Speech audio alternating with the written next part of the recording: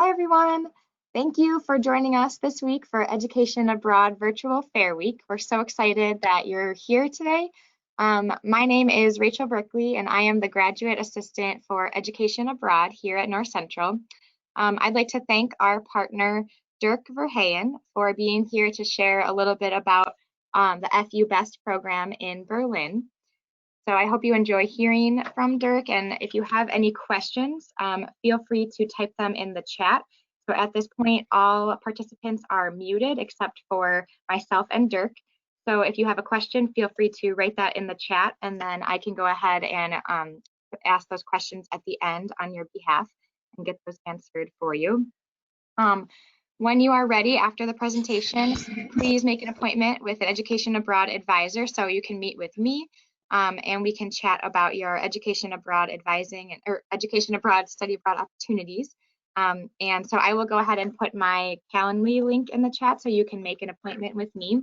And just a quick reminder that if you plan on study abroad in the fall 2021 semester, those applications will be due on November 10th to North Central. So make that advising appointment and we can go ahead and get you started with your application. And I think that is all of my reminders. So Dirk, I will give you the floor. Thank you. Thank you, Rachel.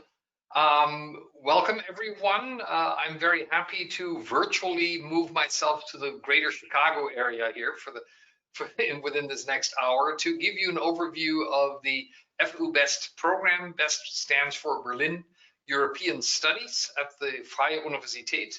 And what I'm going to do is give you an overview of the program, also of the location of the university here, get into some things that may seem very specific, but they hopefully will help you decide if this is an opportunity you want to pursue in one of the semesters coming up. We all know that this is a difficult time and we don't know when things are possible in the semesters to come. So this is a general presentation. It has some material related specifically to spring 21, but most of it is really covering the program as a whole. So let me begin with Berlin.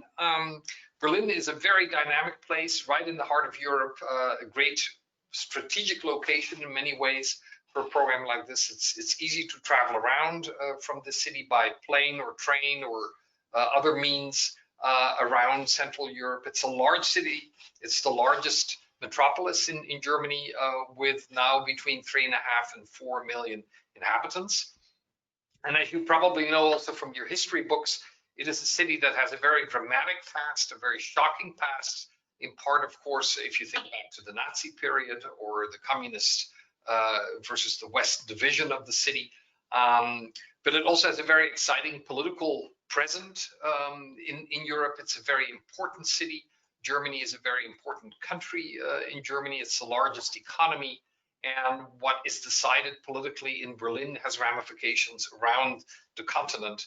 That has been the case in a couple of centuries now, and it continues to be in this century. It is also a city that is, culturally speaking, very, very interesting. It has lots of museums and it has a great classical music scene, but also alternative music and clubs and what have you. It's very popular with students. There are a number of universities and institutions of higher education of various kinds here. I think we're talking about at least 150 to 180,000 students among this population of 3 to 4 million. So it's also very student oriented and it's affordable. Also in terms of its nightlife and things to do out and about in the city. All the students in the program have their public transportation in the city covered. This is a city that has a really good network of buses, trams, subways, and so it's easy to get around. It also takes a while to get around because this is a very large city.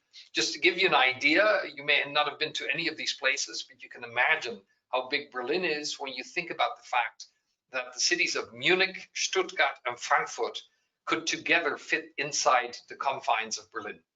So this is a very large geographic space.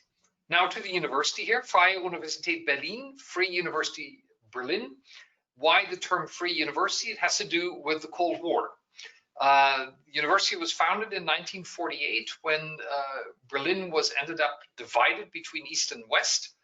and the main university at that time in Berlin ended up on the communist side, and faculty and students came to the Western Allies and said, can you help us create a politically more free university in the West? And so the legacy of the University of Berlin is actually divided now across two institutions, one more in the center of the city and one more on the western side of the city. It currently has about 31,000 students. There's lots of degree programs here. However, one thing to emphasize already here is that the FUBEST program is a special program at the university.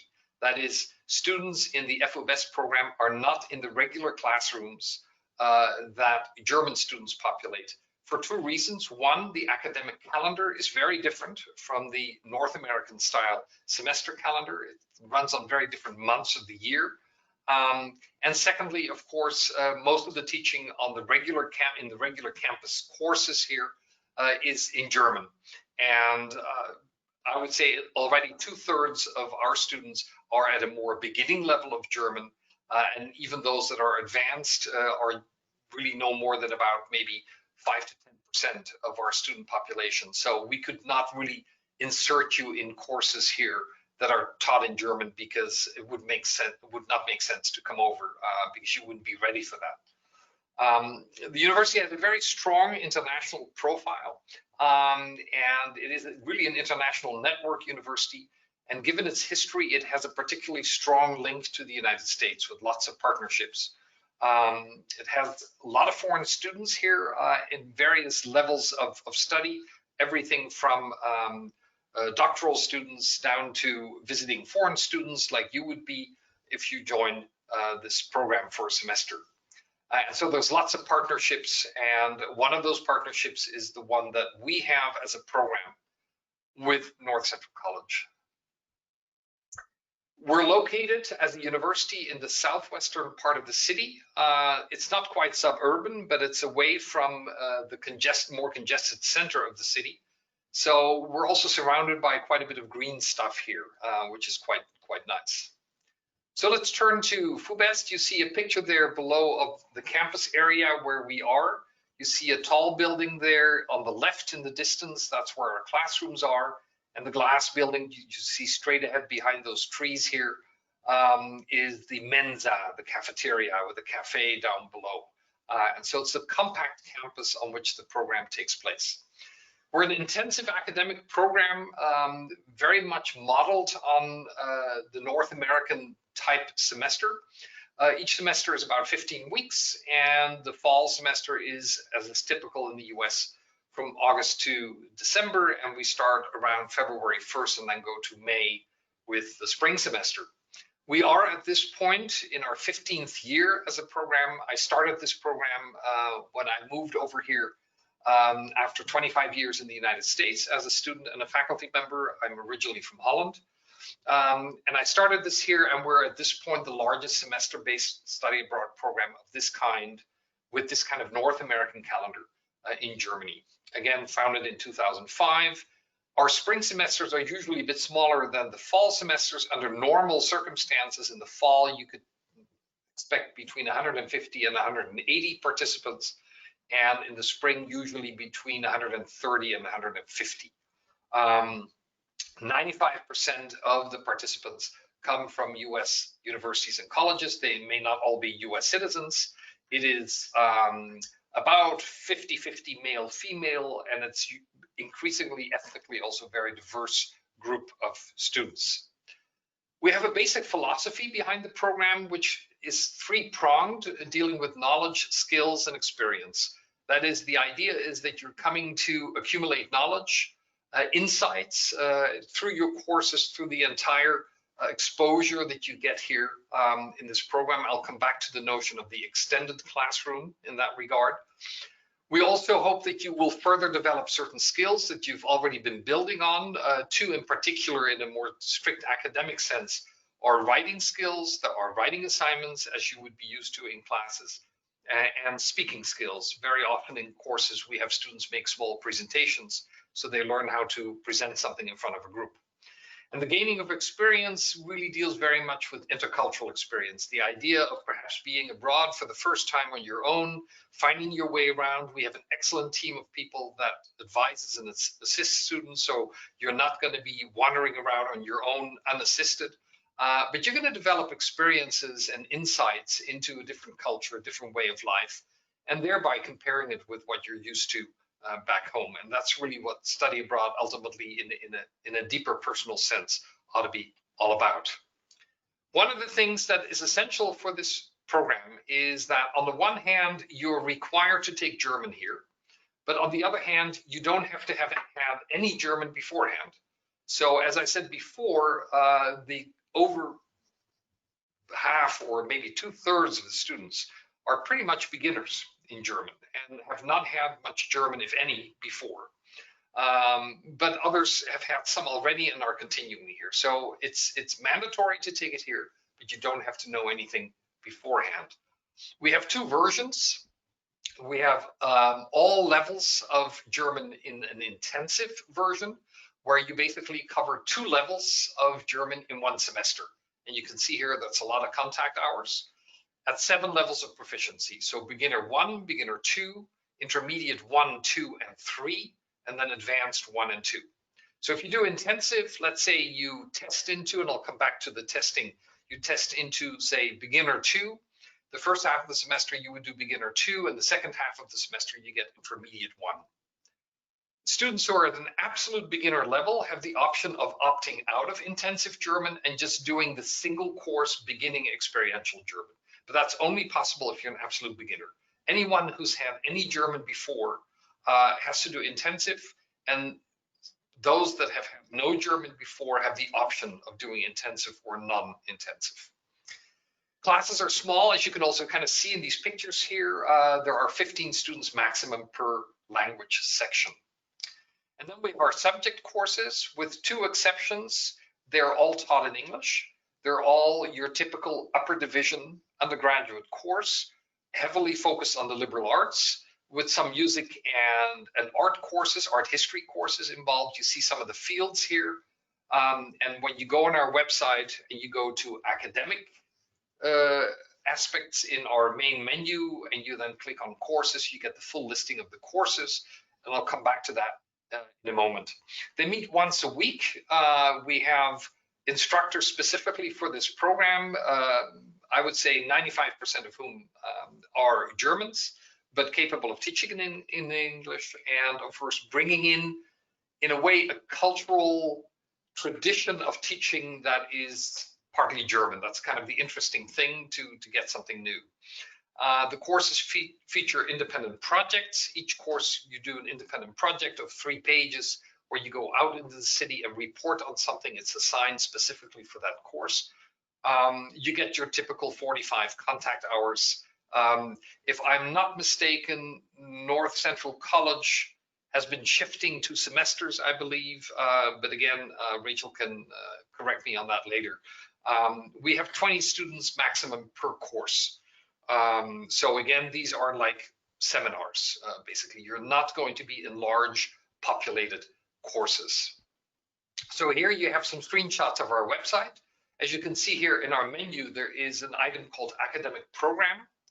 And if you go on Academic Program, you can click on Courses as one of the menu items. And there you get the listing of all the courses. And then you can see I teach also in the program. Here is an example of a course I teach. You then get to the page for this particular course, FUBEST number 2, where you can click on my name and get a little bio, where you get a little description of the course. And what's very important, especially to your advisors back home in various departments, we post all the syllabi. So it says download syllabus, you click on that and you get a full document of about 3, 4, 5 pages that outlines the readings and the sessions, what the topics are and so on. So that really, in my experience, has helped advisors in US schools to guide you properly as to whether you get credit for this or whether it's an elective or what have you.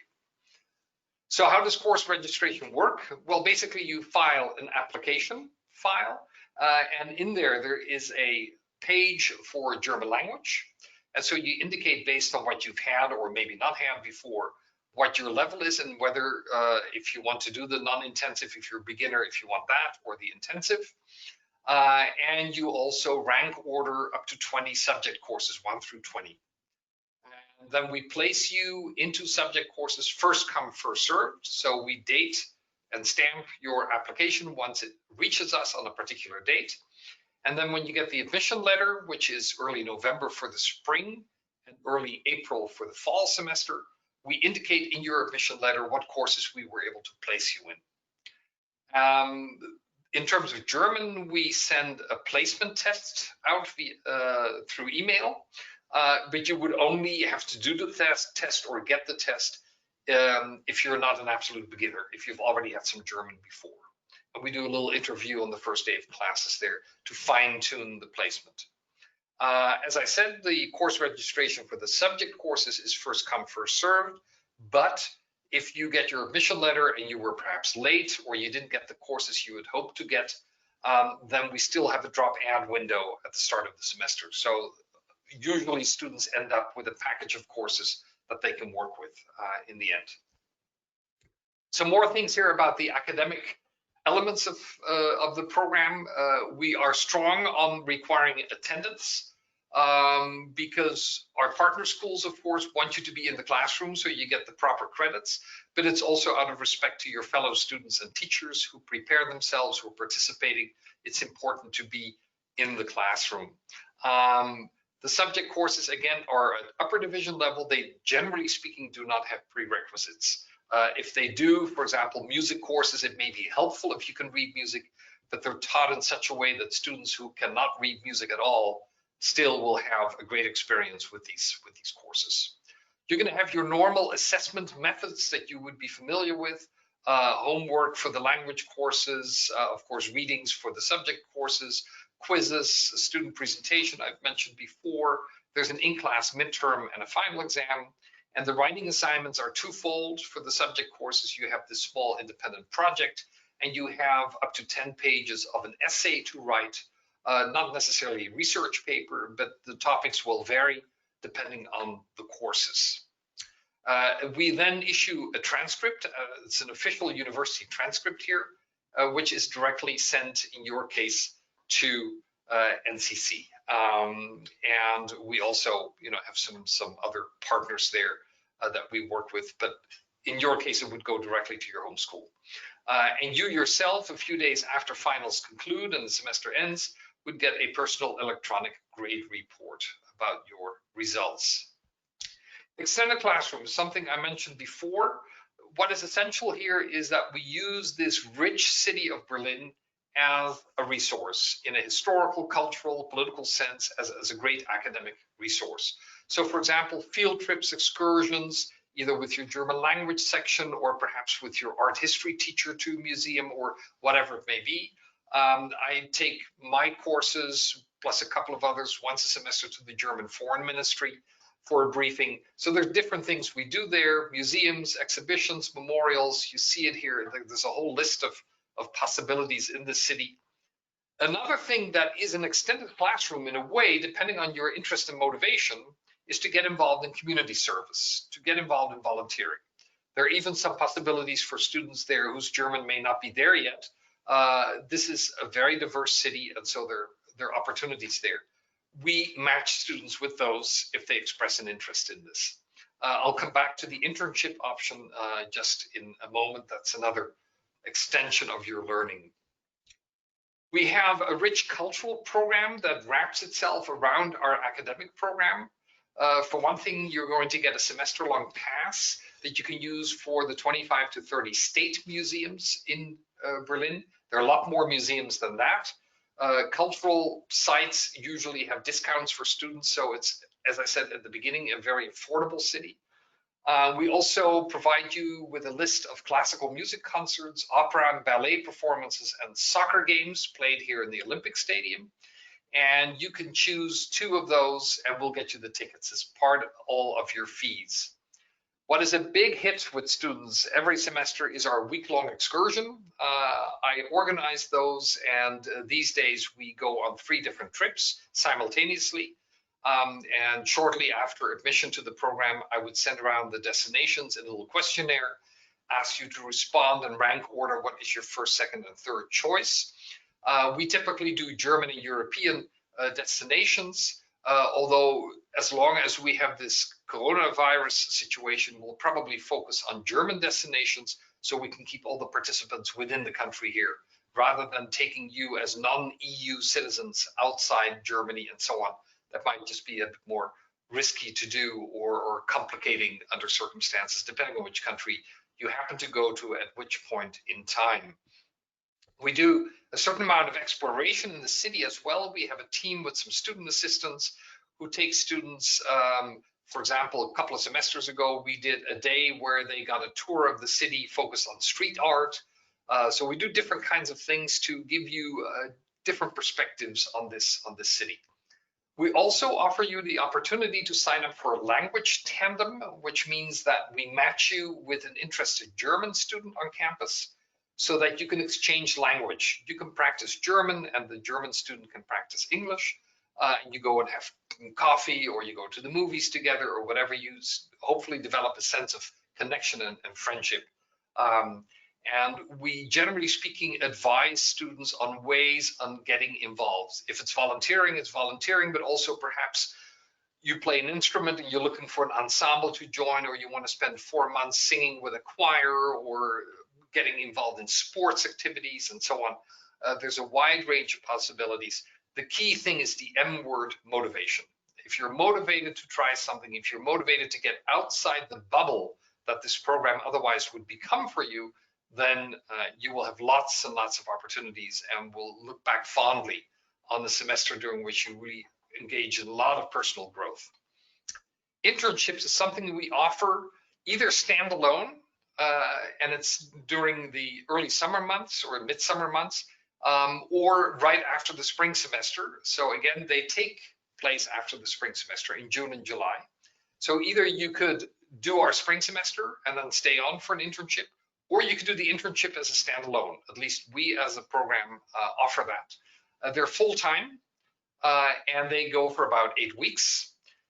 Important, based on German law, the internship has to be connected to your field of study. So if you're a biology student and you want to work in an art gallery, that's going to be tough because that's not really related to each other. So it has to be somehow connected to get the permit for it. We also include a colloquium because, as I'll get to in a moment, you get academic credit as well.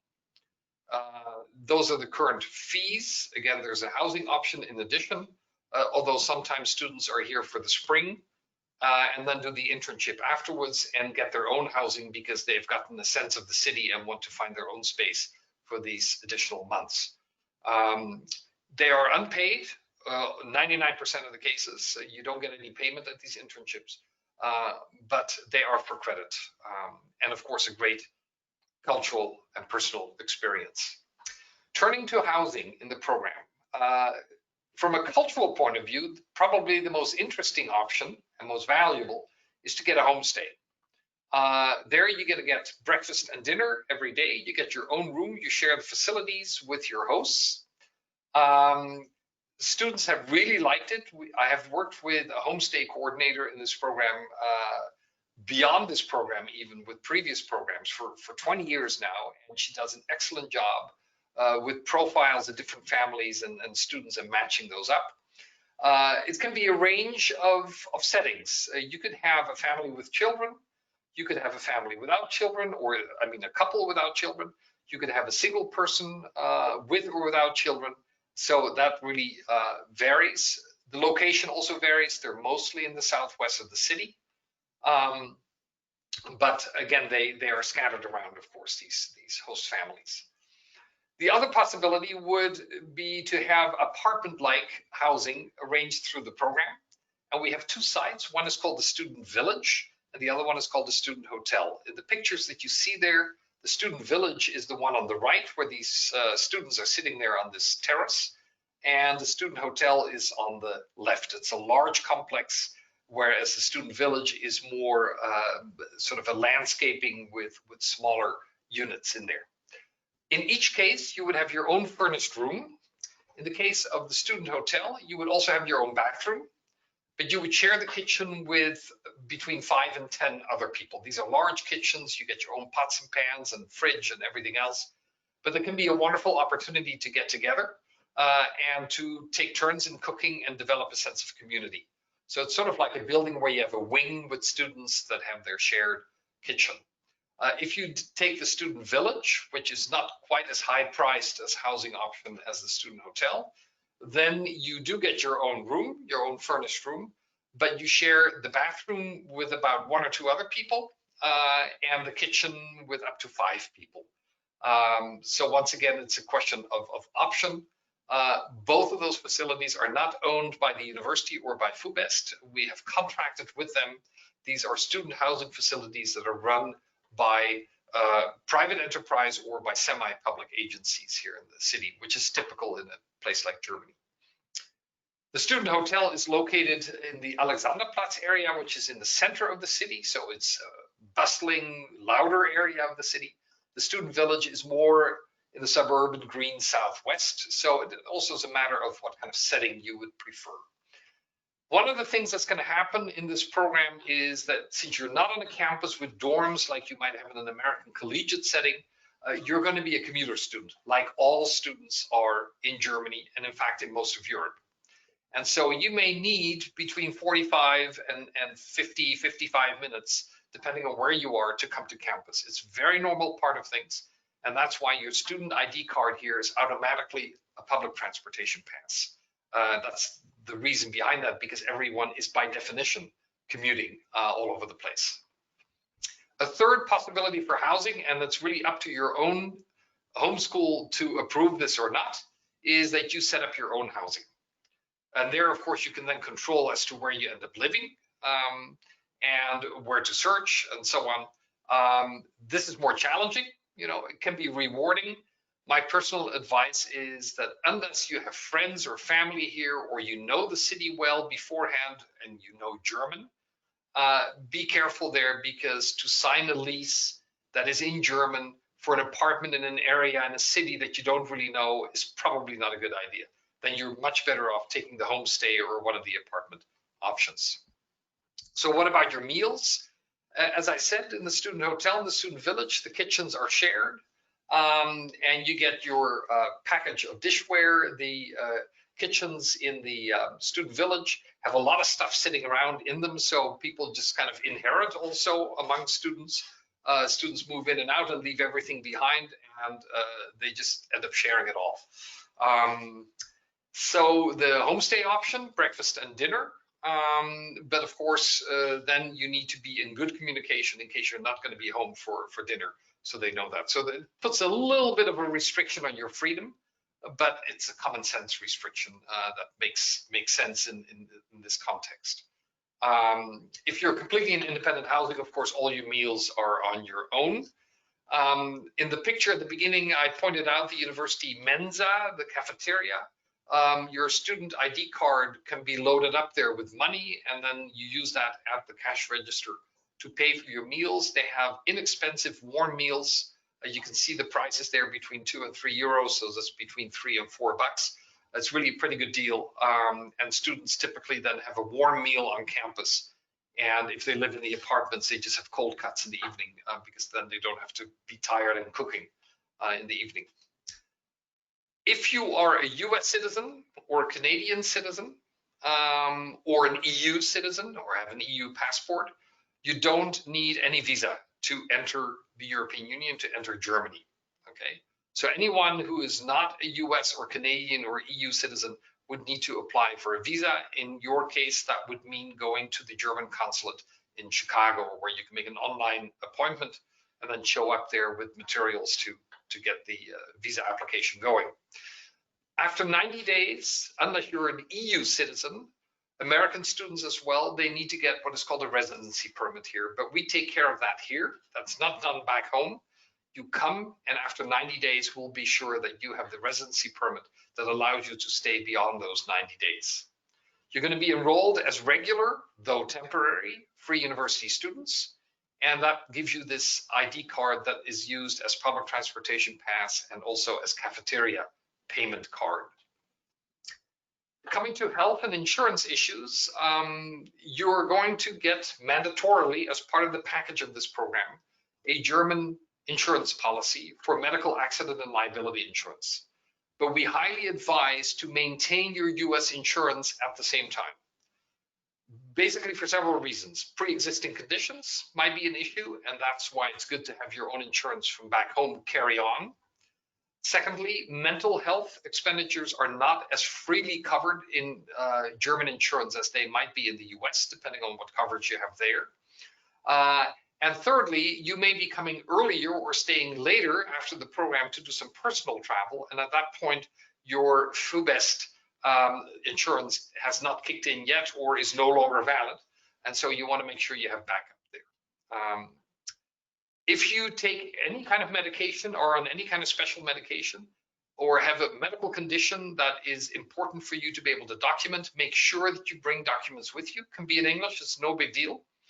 Also, if there's medication that you take, try to bring as much of it as for the whole semester as possible. Remember that you cannot be sent medication through the mail. That's in violation of drug laws here. It can get you into trouble.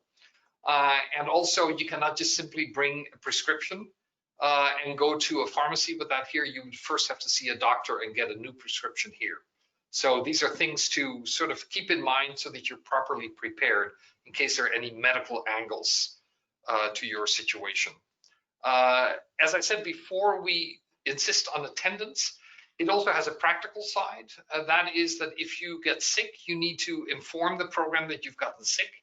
And it gives us a sense also that if someone reports sick a number of times in succession, that we may talk to the student and say, you better go and see a doctor. You have insurance, let us help you make the appointment so that no one walks around here sick. So it's a way for us to keep some eye on the overall public health, so to speak, in the program.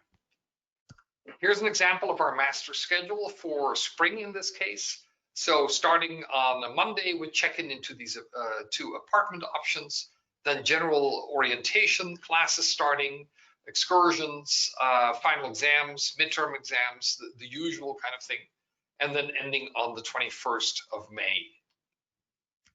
Of course, in this day and age, we really have to be dealing with a lot of contingencies. So this slide and the next one cover in rather clear detail, I think, some of our contingency planning.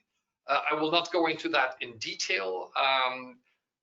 My PowerPoint will also be available as a PDF document, so you can request a copy of that the study abroad office at NCC and take a look at it. There is more here that you can see here. What happens when kind of stuff, including also the refund possibilities. That is, if your fees have been paid and the program cannot take place because of another lockdown or whatever happens, there is a full reimbursement of fees. So we want to make sure that no one feels like they're taking an undue financial risk. I would advise, however, that you look into trip or semester or whatever cancellation insurance. There are different options there, and I'm sure Rachel and her colleagues can talk to you about that, because aside from COVID, you could have a personal medical situation. I mean, God forbid, but you break your leg and you can't travel. That has nothing to do with COVID. But then, of course, all of a sudden you have lost expenses. And so having an insurance there might be an important thing to think about. So again, this is all text that you can take a look at later. I mentioned before that we have an on-site orientation in the first days. So we're not going to drop you right into the classroom. First, we're going to get you settled into the city and into the program. Because we don't have a fall semester right now, we are running a free public digital lecture series. Today, we released the 4th lecture in this series. There's going to be 12 overall in the course of the fall. And then in December, we will have 3 live sessions in German language, one beginning, one intermediate, one advanced, dealing with Christmas markets and cultural stuff, but in German to give students a taste of what it's like to study German. And so what you basically do is you go to where it says tip there, you see the web link, fubest.org/online, and there you get the full information there. We have a sister program, the Free University Berlin Summer and Winter University, FUBEST. They offer 3 terms during the year, during the times that we are with the semester not in session. Term 1 is in the winter, 3 weeks in January, and then 2 terms of 6 weeks and 4 weeks respectively during the summer. Compared to the FUBEST program, which has more of an American, so to speak, clientele participant group, the FUBEST program has a lot of people from all over the world coming for just a few weeks here in the course of the year. So there you see also their website at the bottom. We are FUBEST.org, they are FUBIS.org. They also run an online program, and their first term in January will just be online. They're not going to try to do that on site here. We are currently still planning to have an on-site semester here starting February 1st. But in the case of FUBIS, at least as far as January is concerned, it is an online program. So let me just show you a couple more things here. Here is the contact information. And of course, your first contact is the office at North Central College, but they can also pass it along, put you in touch with me, whichever way that goes. We are also present with our sister program as well on social media. So from Facebook to Twitter, Instagram, on YouTube is where our lectures also currently are featured, LinkedIn, and I am through and open for questions. I can give it back to Rachel.